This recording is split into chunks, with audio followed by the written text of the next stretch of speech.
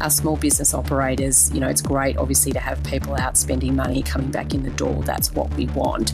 But their struggles live on. Like they don't, the issues that have accumulated over the last 2 years don't evaporate because all of a sudden you have a busy weekend and you've got people pumping through the doors. Today on Dirty Linen, we are having a little bit of a different conversation, one that I hope people will find very practical and useful and also interesting. We are talking to Lynda McAlary-Smith. She is the Victorian Small Business Commissioner, and the Victorian Small Business Commission provides dispute resolution and mediation to Victorian small businesses. It's been a very busy agency through COVID, particularly helping people negotiate and administer the commercial tenancy relief scheme. Lynda, welcome to the show. Thanks, Dani. Thanks so much for having me. Oh, look, it's a real pleasure to have you here, and I'm sure that I'm going to learn a lot from this conversation. But would you just like to start by explaining a little bit about the Commission and your role in it? Of course. So the Small Business Commission here in Victoria is here to help small businesses, of course. So that's no surprise. And our role is multifaceted. So we provide free or low-cost dispute resolution for small businesses who are in disputes with either other small businesses or it could be government or other organisations. But we also have a really big role in supporting businesses by helping them understand what they need to do to run a business, advocating for the rights of small business operators into government and raising awareness of their rights right across government as well. We helped last year over 19,000 small businesses who came to us for help. Often it's in the dispute phase where something's gone wrong, but we're very keen on working with small businesses to help them avoid disputes in the first place if we can, and also work out where the pressure points are for small businesses so we can get on the front foot and ensure that government understands their perspective. And what sort of background do you have to take on this important role? I mean, what sort of skills and life experience do you bring to it? Oh, so I'm a former lawyer, so to speak. So I was a commercial litigator in private practice, and I've worked with businesses pretty much for my whole career. So I spent almost 20 years working in industrial relations regulation for the Commonwealth Government, and that sort of gave me a great insight into literally thousands and thousands of businesses right across the country in every industry. I had the opportunity in those roles to see under the hoods of businesses, of course, to kind of look at it where things have gone a little bit wrong, but also with that perspective of how do you help businesses get it right in the first place, and had really up close experience with businesses and the challenges that come from running a business. I've also spent time in building construction regulator here in Victoria as well, so some occupational regulation. But I'm a small business girl, so I grew up in a small business household. My mum and dad had a small business when I was growing up, and I'm actually the youngest of four, and mum and dad's small business was in the commercial construction industry and going super, super well, provided a great life for my family and for all their staff as well. They had around about 20 to 30 staff, but their business, Dani, didn't survive the 90s recession. So I've lived the goods and the bads of being a small business family and the challenges that sort of come with that. And when mum and dad had to close their business, that sort of really was a fundamental shift and change in my life and my family's life. So I was really, with everything that's been happening with COVID, really keen to jump in and help our small business people, because I've lived and breathed it both from the good side but also those really challenging times as well.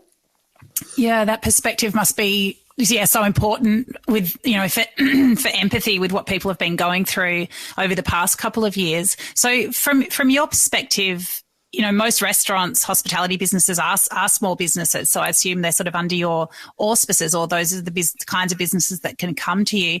What kinds of things have dominated for you? Oh, certainly rent, of course. So even for the businesses in hospo who have been able to keep ticking along a little bit with takeaway and the like, or click and collect and those sorts of things, that but still, that's just a tiny amount of what their normal turnover would have been. And then there are, of course, some for whom it just wasn't viable to open, even if they would have been allowed to. So certainly from the hospitality sector, the pressure around the rent relief relief. Nature of hospitality is generally you are renting. You do have a rental arrangement in place in order to have your kitchen and your facilities. So just the pressure on not only being able to pay rent now as we start to reopen, but the accumulated debt that's happened along the way. I sort of think particularly for our hospitality businesses in Victoria, it's been a really long road by nature of some of the public health decisions that had to get made over the course. Sometimes decisions were made at short notice, and the foods that had to get thrown out or the staff who had to get sent home. And I mean, some of these announcements happened right in the middle of service. So just the reality of all of that and the build up, both from a financial and also an emotional stress perspective too, Dani, in terms of fatigue. So what a lot of our hospo small businesses are coming to us is help, just saying, look, we can't pay our rent. We're behind in the rent, wanting to use the commercial tenancy relief scheme. We're having others who are just sort of saying, look, we're at our wits' end. We don't know what to do moving forward. We're exhausted. Our staff are exhausted. But the number one thing that hospo's talking to us about at the moment is the staff shortage, of course. So both the labour shortage, sort of anyone at all, right through to, of course, the important aspect of skills shortage as well. And I had just one of my local restaurants had put up on social media the other weekend just a desperate plea for, if you can walk across a room, can you please come and work for us this weekend, because we literally don't have anyone. I need people to carry plates and that kind of reality. So I think that's probably one of the big challenges at the moment for hospitality is the fact that even though everyone's excited to be opening, that if you can't do that if you don't have staff to be able to do the job either. Yeah, it's certainly a topic that's come up again and again on this podcast. And I had an operator say to me last week, we just need lungs and limbs. So it's similar to what the person was saying to you. Absolutely. And I think that's a real challenge that hospo's got now and moving forward as well, is sort of obviously the challenge at the moment is being able to open the door at all. But, from that forward-looking business planning perspective, what are small businesses thinking about their labour? Where are they going to get them from? How do they sort of promote? And you've been doing some great work in this space too, Dani. How do you promote hospo as a legitimate career pathway as well for people who might not have otherwise considered it as well? Yeah, absolutely. There's so many different strands to it. It's it's a kind of endless conundrum, and it intersects with so many different parts of our society and, daily life.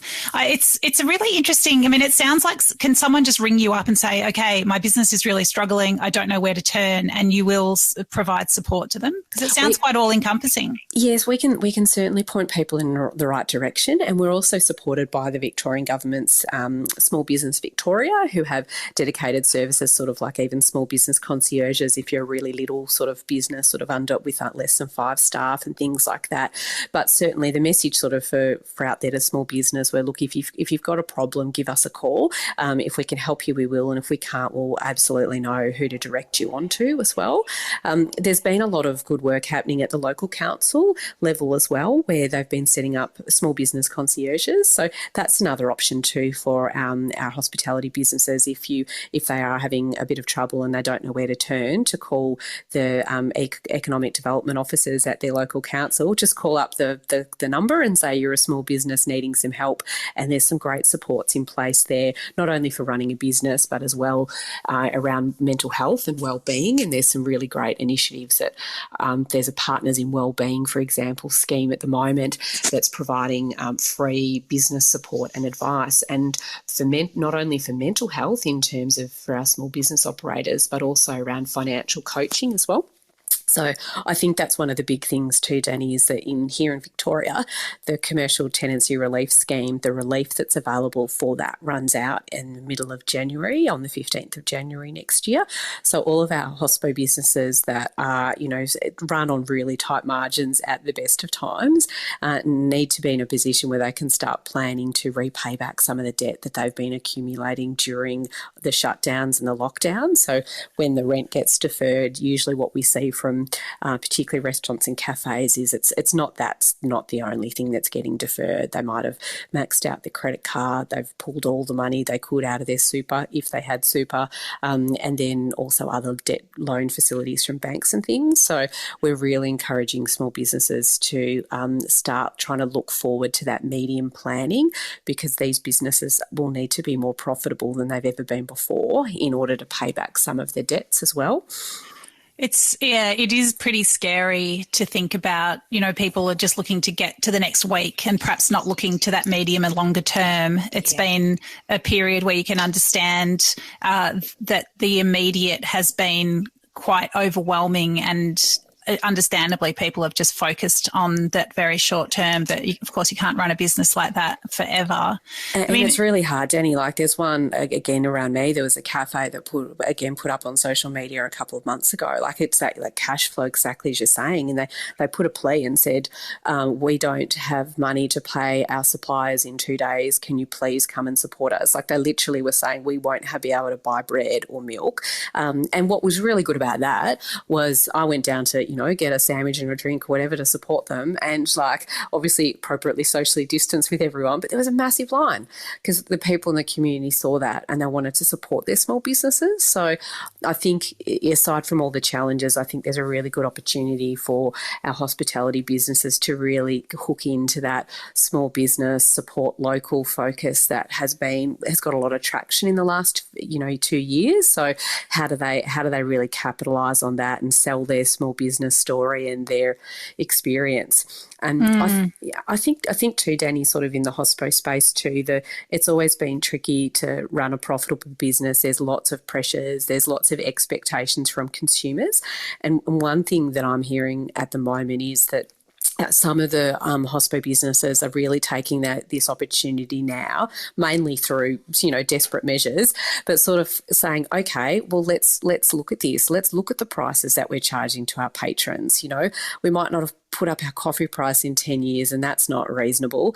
The whole, we've been so spoilt, particularly in Victoria, with incredible food and opportunities and going into restaurants, and you've got a la carte, you've got degustation, you've got whole range of things, you've got a wine list as thick as a phone book sometimes. And so our expectations of patrons, I think there's a chance there for hospo to reset some of those and sort of say, you know what, we need your support. So the menu might be shorter, it'll be amazing, it'll be cooked with love and it'll be fabulous, but we might need to have 2 or 3 sittings, so you can't maybe come in and sit here all night and maybe not have that spend. So I think there's a good chance for hospitality businesses not to miss this opportunity where patrons might be a bit more understanding with some changes they make to the way they operate, whereas a couple of years ago patrons would have gone, well, if I can't get it here, I'll go to the business next door and I'll get it from there instead. So I think collectively as an industry there's an opportunity to reset some of that as well. Yeah, it's definitely very timely. I agree. I think people are finding an opportunity to draw a line and just, work out exactly what they need for their business to be viable going and to climb out of this, but also for the long term, just going forwards, pricing has to be realistic. So Lynda, we're in Victoria, but not everybody who's listening to this podcast is. And even though the tenancy relief scheme does expire early next year, of course, that doesn't mean that people aren't able to negotiate with their landlords and perhaps find a better deal. I mean, I've just on the podcast last week, we were chatting to Mario De Pasquale, who's recently stopped working at Mario's Cafe, the venerable 35-year-old institution in Fitzroy. But he said that many businesses in Brunswick Street are moving a few doors down simply to take advantage of a new and better lease. But of course, that's a massive upheaval. Wouldn't it be better if you could stay where you are and just pay a rent that works out better, hopefully, for both parties? What kinds of approaches and strategies would you have for people who are looking for a better deal on their rent? I think, your point about the impost of moving, both financially and practically, and a whole range of different things is a really important one. So, and if you're in the hospitality business, you've usually got fit out costs and things like that as well. Sort of it's not always as easy as possible just to up sticks and go somewhere else, particularly if you've built up your clientele. Like maybe moving a few doors down, that's obviously different. But one thing we really work on here at the Commission is keeping those constructive conversations going, so that if the landlords and tenants can be having really constructive relationships that can lead to a long-term, commercial arrangement, then that's fantastic. So some of the things I think where I've seen it work really well, if I can kind of contrast ones where I've seen it not go so well with ones that have, is that openness of sharing of information and that joint sort of the pitching of the joint thing that, it's no interest to a landlord to have their premises sitting empty or being undercut by other places. If you can sort of reach a middle ground where everybody's kind of in the middle, bit relatively happy or happy enough or can live with it, is sometimes how we deal with dispute resolution here. What can you live with versus what might you be happy with? But if you can find some common ground around that, be creative. So there's the law gives you a framework when you're negotiating your leases, but there's a whole range of different things that you can do around. It might be about the terms of the leases. It might be what support's provided in terms of how you slice the outgoings, things like that. There's a whole range of different options for people, but I think those ongoing conversations are really important. So if you're running a business at the moment and you're thinking, well, look, I think I could actually move my cafe or restaurant down the road, round the corner, what have you, because I can get cheaper rent. Having those conversations with your landlord, I think, is really important. One of the things we see where the disputes that come through to us that don't get resolved, and the vast majority do. So of disputes that come to us, 40% get resolved without even going to mediation. And even of those that go to mediation, usually just over 80% of those are resolved at mediation. So, you come to us with a dispute, your odds are very strongly in your favour, it gets fixed. For the ones that don't, though, one thing that's really common is lack of communication. So when the parties have stopped talking to each other, and that can sometimes be literally at all in terms of not communicating even through advisors, and sometimes also the ability for the landlords and tenants to have either direct conversations or conversations in a room or virtual room with advisors, but with them there present, because sometimes it can end up a little bit of, email or letter warfare back and forward, and people can become a bit positional, or positions can be misunderstood, tones get read into things. So I think if you are running a business and you do want to have a conversation with your landlord around your future, I think having those open and honest conversations as early as possible and being involved in those. If you do have an advisor, that's great to get your advice, but, as much as you can, you need to be involved in those discussions yourself. And one thing we always say to businesses, to both landlords and tenants, put yourself in the other person's shoes and try and imagine what their interests are, what would work for them, and try and think creatively to think, well, if I would want to get this outcome, what might they be looking for? So with a landlord, it might be, well, if they've had high turnover, maybe they want a longer term lease, that might be something that they would be interested in, or just to think through the other person's perspective can be really powerful when you're trying to agree to these things. I love that word, positional. That's a Oh, absolutely. And it's just a feature, like it's always a position, a position, pardon the pun, it's always a feature of disputes. But COVID, just everyone's exhausted. So it's just cumulative fatigue, it's financial fatigue, it's emotional fatigue, it's just physical fatigue. So certainly what we're seeing at the moment is there is more of an inclination for people to kind of retreat to their corners a bit. And, and what we provide then is a bit of, I describe it as a cool head in the middle or a circuit breaker, where maybe parties have become too entrenched in their positions, and then they just need someone in the middle to kind of go, okay, well, let's focus on how we can resolve it rather than what wrongs people feel have been done to them as well. I've got a Facebook group for hospo owners, and I mentioned that I was going to have a chat to you and asked if anybody had any questions. And you'll be glad to know that someone came through and said how incredibly supportive and helpful the Commission had been in their situation. And that was in response to a question from someone who asks, how should someone proceed if the landlord keeps promising a response but hasn't given one? Is there a risk without an agreement they could ask for 100% of rent retrospectively?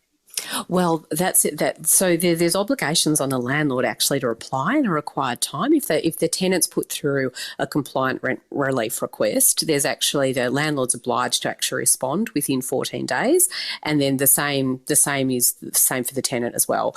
What we'd seen in some of the earlier versions of the scheme that had previously, where there weren't the timeframes, that yes, sometimes, both sides, sometimes it said just, I don't mean this pejoratively, but head in the sand, kind of just really overwhelmed, so just hope it will go away and don't respond. And sometimes it's also we've seen examples where it's been tactical from both the landlord's and the tenant's perspective to ignore requests. But yeah, the landlord should absolutely be responding.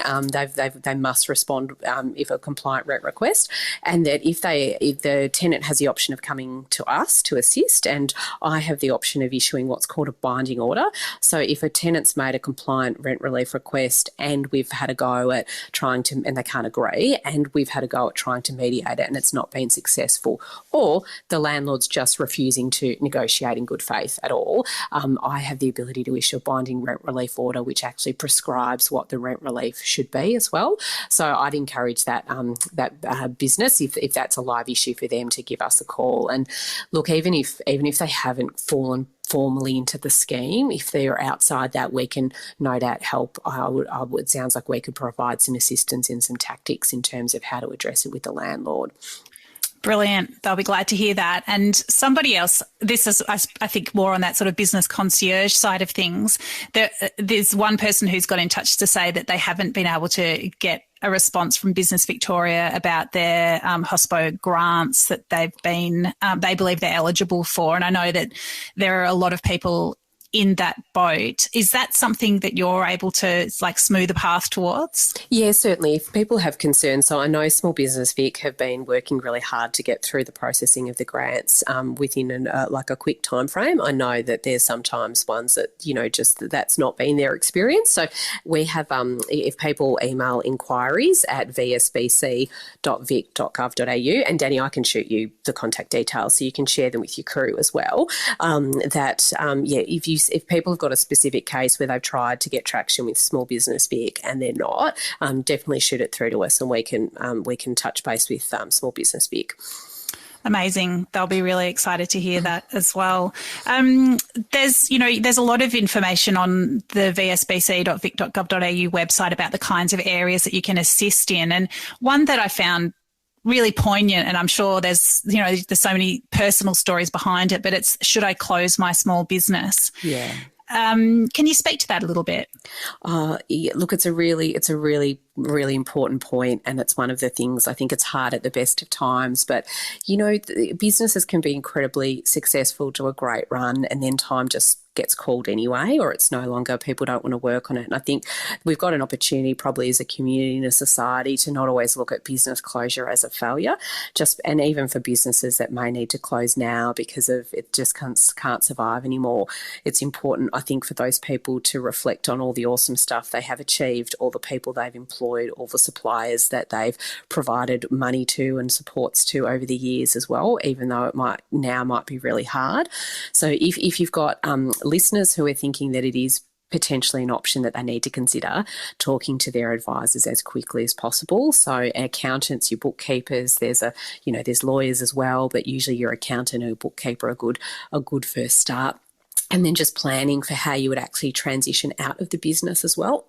One of the things that's, I think, really important is if you are thinking about, if the financial reasons are the reasons that are driving maybe wanting to close the business, the sooner you have those conversations and start to make decisions, the more empowered you will be. Most of our small businesses have personal assets involved in running their business. It's just the reality of it, be it their house or credit cards, what have you. So the longer you let debt accrue, just keep piling up, the bigger risk, depending on how things are set up for your business, the bigger risk you have of actually losing your personal financial assets as well. So sometimes making those hard decisions early can actually mean that you come out of it better than you would otherwise have been. The other thing is obviously doing stock takes about, who do you owe to what notice do you need to provide to your employees as well, and just planning. So I think the important part is if you're starting to have a think about it, it's important to go through that in a really thoughtful way, because if it is for financial reasons, at some point that decision will get taken out of your hands and someone else will make that decision for you, be it a bank or the ATO or a landlord. So if you can be in control of that. And I think, I've seen many examples in the current environment where people are starting to have those conversations with, the people they owe their money to, and there's a bit more latitude to being empathetic to people at the moment. So I think if you can arrange to transition out of your business in a way that, like my mum and dad paid everyone out of their own pocket every single dollar that they owed. And that's so important to my mum and dad. Like even when this current role, my appointment was announced, my first thing my dad said, and he's in his 80s, was I didn't owe anyone a dollar. Like mum and dad being able to finish their business, like they had no dollars left themselves. But if my mum and dad being able to close their business in a way that was consistent with their principles and values was a really important part for them in moving on to the next chapter of their life as well. So that would be one thing I'd offer from my perspective as well, of having lived through that as a kid, is that if you can close your business in a way that you might be really sad about it, it could be a really difficult time, but you are as proud as you can be that you've done it in a respectful, kind of honest way. And in order to be able to do that, you've got to have the discussions early. Yeah, gosh, I mean, it's such good advice, and partly born of that difficult personal experience. But hospitality businesses are so emotional. It's all about creating those beautiful experiences for diners, and I think that idea that closing isn't failure could be so important to some people. I mean, it is a success to offer, your staff good experiences along the way, and to offer customers good experiences along the way.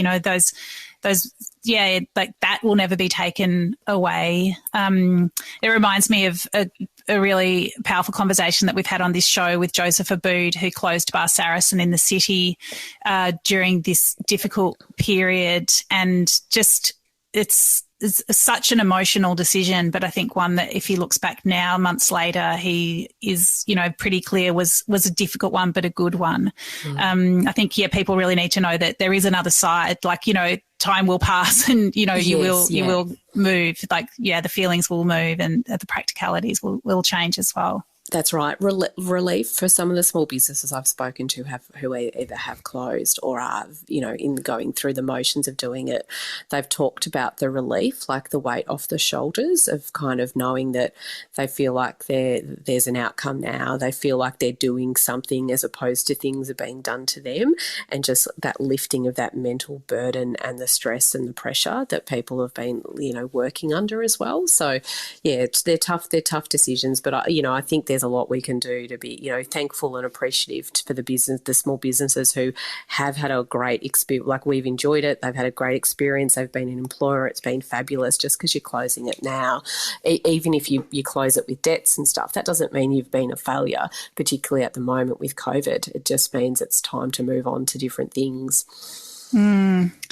Yeah, I think also because hospitality, it's so much about, there's so much happening below the surface. It's a business that's so much about creating, or, if a certain feeling or an appearance. Absolutely. And, you're just paddling madly underneath. I think it can be really hard for people who dig into that. It's all about the veneer, and it's, because they don't show that whole other side to their customers, sometimes they don't always acknowledge it themselves. It's just very poignant.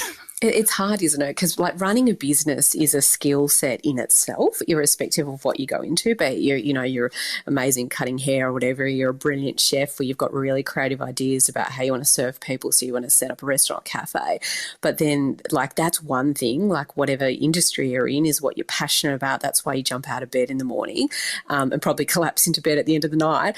But then the running of a business is a whole separate thing. And I think those in hospo have really suffered a lot over the last couple of years, because people are in hospo usually because they love people, and they love being in a really energised team environment where everyone's on the team, you're all working together to get it through service or what have you. And you love seeing the look on the faces of the customers, you love being there for the celebration kind of moments. So I think that was part of the challenge too. Even if you were open, takeaway, you just don't get that. Like, people come and grab their food and that's it. Like, you're not getting that people connection as well. Not getting that energy flowing through the doors.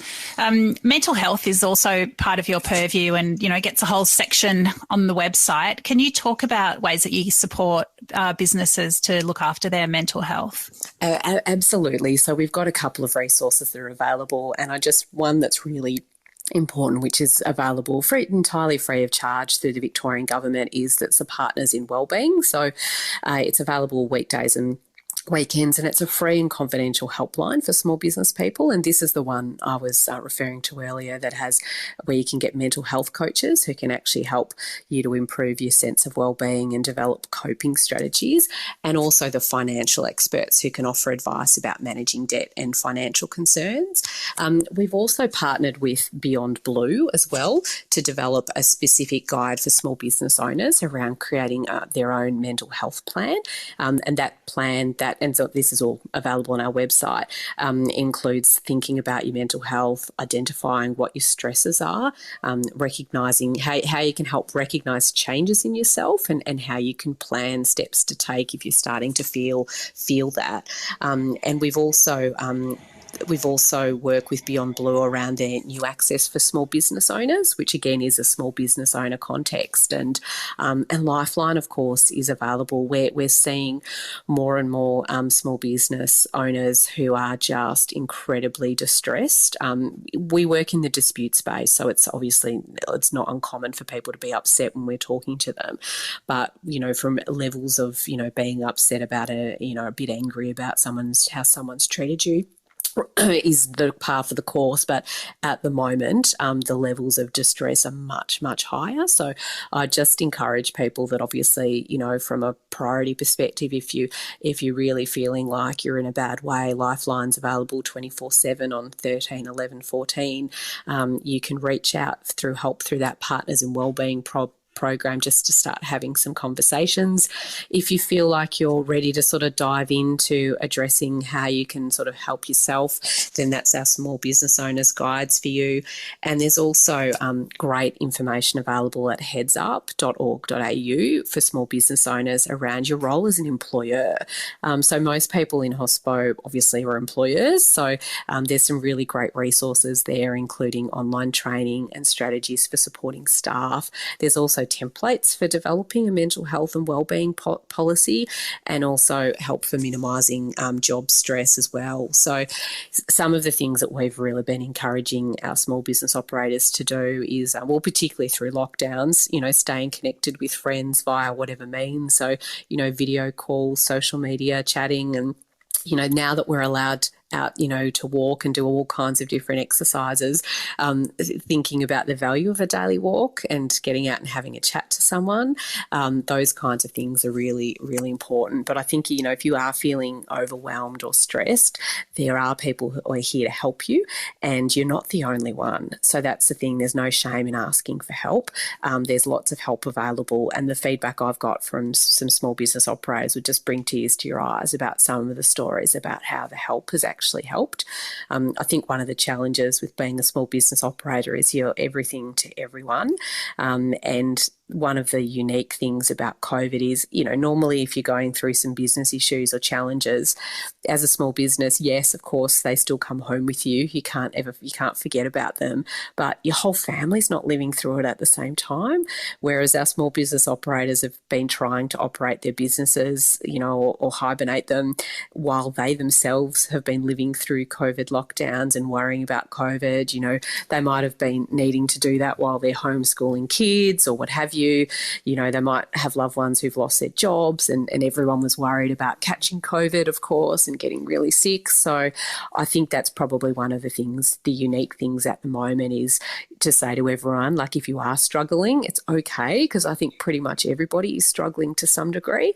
And even if even now as we open up, don't feel that means you can't put your hand up for help. Just because it's sunny and people are out and about doesn't mean that people aren't still struggling. I'm still hearing stories every day from small business operators who are needing help. So you certainly won't be alone if you do need to ask for help. Oh, I think in some ways I can imagine some people, like, this is the time that they'll feel worst, because you do muster unknown resources to get you through a crisis, but it's often when the real emergency seems to have passed that you can let yourself feel all the other feelings. That's right. And depending on your circumstances too, our small business operators, it's great obviously to have people out spending money coming back in the door. That's what we want. But their struggles live on. Like, they don't, the issues that have accumulated over the last 2 years don't evaporate because all of a sudden you have a busy weekend and you really, you've got people pumping through the doors. Whereas their friends and family, if they've worked in work that's let them work from home, maybe they feel like, great, everything's good now, we're moving on. I think the small business operators being open and honest with their support networks that, this is far from over for them is really important. And I'm hoping one thing that comes out of this, Dani, is just that visibility for our small businesses. So the community really seem to rally around their local small businesses. So that would be a big shout out, I think, to all small businesses too, is don't miss this moment to capitalise on that. How do you keep your customers coming to you because they want to shop at small business and they want to support you as well? It's a bit like some of the things Empty Esky and Click for Vic and stuff. Small businesses have consumers' attention right now. So how do they build on that to hopefully grow their business as well? Yeah, I love that. Well, Lynda, I feel like, there's so much that I've got from this conversation. Is there anything else that you would like to say? Oh, look, I just reiterate, if you're a small business and you're having troubles, don't hesitate to pick up the phone and give us a call at 13 87 22 or jump onto the website and put in an inquiry to us if you need to, vsbc.vic.gov.au. Let us worry about whether or not we're 100% the right people or we need to give you a transfer on to someone else, that we can sort that out. But please don't hesitate to reach out to us because we're here to help you. That's our job. Just love it. I mean, honestly, I feel calmer having had this conversation and I'm not even running a small business. So thank you so much for taking the time to chat to us today, Lynda. It's been, a really useful, rich and worthwhile conversation. Really appreciate it. Thanks so much for your time, Dani, and good luck to all the businesses out there. I'm really looking forward to getting out there myself and supporting all of the hospitality industry as well. Great. See you out there. Thanks, Dani. Bye-bye. This is Dirty Linen, and I'm Dani Valent. We air the issues that the hospitality industry finds hard to talk about, hearing from different people with unique perspectives. We want to hear from you as well. If you have something that needs to be said about a topic, get in touch so we can include your perspective. Contact us at dirtylinen@deepintheweeds.com.au or hit us up on Insta at Dirty Linen Podcast. We can't wait to hear from you. This